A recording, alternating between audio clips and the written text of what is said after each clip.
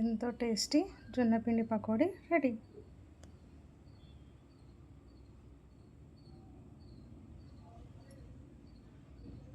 ఈరోజు ఆనియన్ పకోడా శనగపిండితో చేస్తారు, కానీ నేను ఇప్పుడు జొన్నపిండితో చేయడం చూపిస్తున్నాను. ఆనియన్ ఇలా సన్నం కట్ చేసుకోవాలి. 1 కప్పు జొన్నపిండి, 1/2 కప్పు బియ్యపిండి, కొద్దిగంత కరివేపాకు, ధనియాలు, రుచికి సరిపడా కారం,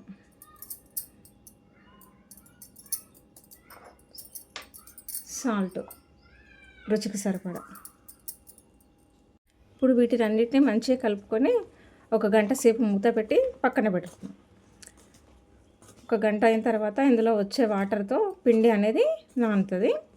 అప్పుడు మనం కావాల్సినన్ని వాటర్ అనేది వేసుకోవచ్చు. ఇప్పుడు ఇలా కలుపుకొని మూత పెట్టి 1 గంట సేపు పక్కన పెట్టాలి.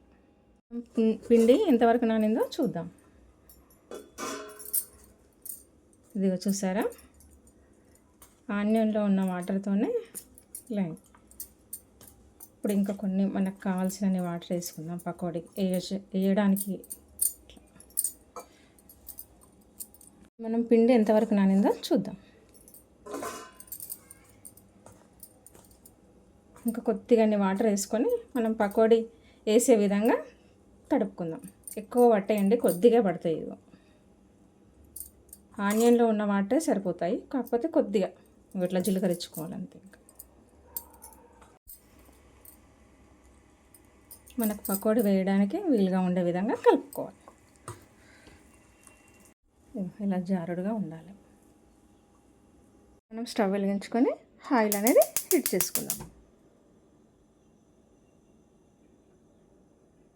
హీట్ అయిన తర్వాత మంట సిమ్లో ఉంచుకొని నిదానంగా వేసుకోవాలి. ఇది జొన్న పిండి కదండి, ఎక్కువ టైం పడుతుంది వేగడానికి. మంట చాలా సిమ్లో ఉంటే మంచిగా వస్తుంది.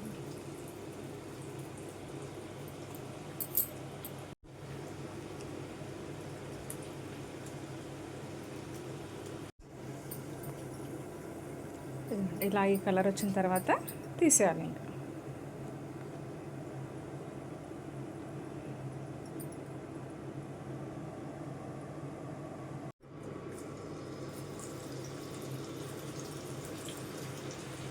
ఇప్పుడు శనగపిండి పకోడీ తిని బోర్ కొట్టే వాళ్ళు ఒకసారి ఇలా ట్రై చేయండి, చాలా బాగుంటుంది.